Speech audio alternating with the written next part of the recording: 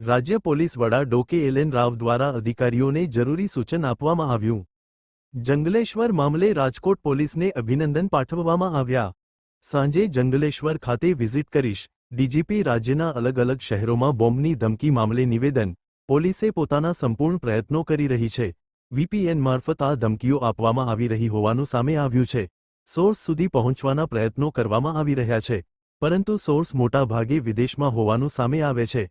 Cyber fraud મામલે નિવેદન. અત્યાર સુધી પોલીસે લોકોને 50 કરોડ રૂપિયા સુધીની રકમ પરત કરાવી આપી છે. 1930 સાયબર હેલ્પલાઇન પર કોલ કર્યા બાદ 1 કલાકનો સમય ગોલ્ડન હોવર્સ હોય છે. અહેવાલ સંજય પોપટ.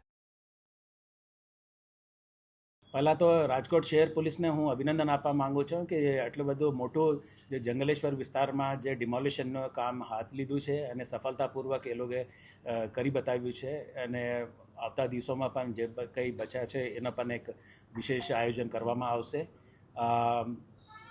એને ખૂબ ખૂબ અભિનંદન આપું છું અને આવતા દિવસોમાં પણ એમને કાર્યવાહી કરશું. આજ રોજ રાજકોટ શહેર ખાતે રિજનલ ક્રાઇમ કોન્ફરન્સ આયોજન કરવામાં આવેલું છે.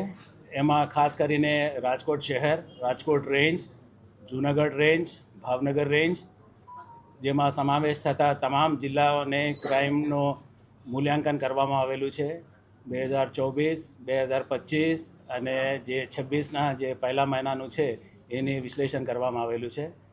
અને આ ક્રાઇમ કોન્ફરન્સમાં રાજકોટ શહેર, Rajkot range, Junagadh range, Bhavnagar range એને તમામ મૂલ્યાંકન કરી અને જે પ્રશ્નો છે એને સૂચના પણ આપવામાં આવેલી છે. ખાસ કરીને જે નાર્કોટિક્સ બાબતમાં હોય, સાયબર ક્રાઇમનો બાબતમાં હોય અથવા રોડ એક્સિડન્ટ, ફેટલ એક્સિડન્ટ જે છે એના બાબતમાં હોય એમને વિશેષ ધ્યાન આપવાની આપણા સૂચના આપવામાં આવેલી છે. અને ખાસ કરીને જે આપણા ડાયલ 112 પ્રોગ્રામ છે એનો પણ વિશેષ ચર્ચા કરવામાં આવેલી છે.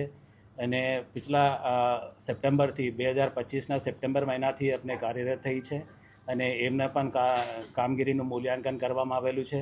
અને જે પ્રજાને લક્ષી જે રિસ્પોન્સ ટાઈમ છે એ ઘટાડવામાં અમે સફળ રહ્યા છે. અગાઉ 12 મિનિટ અને 14 મિનિટ જેવું થતું હતું રાજકોટ શહેરમાં, એ ઘટીને 7 મિનિટ થઈ ગઈ છે. અને એ જ રીતે બીજા રેન્જોમાં પણ, જિલ્લાઓમાં પણ એ જે રિસ્પોન્સ ટાઈમ હતો એ લગભગ 50% એટલે ઘટી ગયું છે. એ એક સારી વાત છે અને પ્રજાલક્ષી આપણા રિસ્પોન્સિવ રહે પોલીસ અને એ દિશામાં આપણું કામ કરી રહ્યા છે. અને જે મહત્ત્વનો જે નાર્કોટિક્સનું છે, જે દરિયાઈ કિનારો છે, રાજકોટ રેન્જ, જૂનાગઢ રેન્જ, ભાવનગરનો પણ, તો એમાં પણ આપણે ખાસ કરીને ધ્યાન આપવાની સૂચના આપવામાં આવેલી છે. અને જે સિરિયસ ક્રાઇમ છે મોટાભાગે તમામ ડિટેક્ટ છે, 1-2 કિસ્સાઓ છોડીને ત્યાં પણ આપણે વિશેષ ધ્યાન આપવા માટે સંબંધ કરતા જિલ્લાઓના એસપીઓને સૂચના આપવામાં આવેલી છે.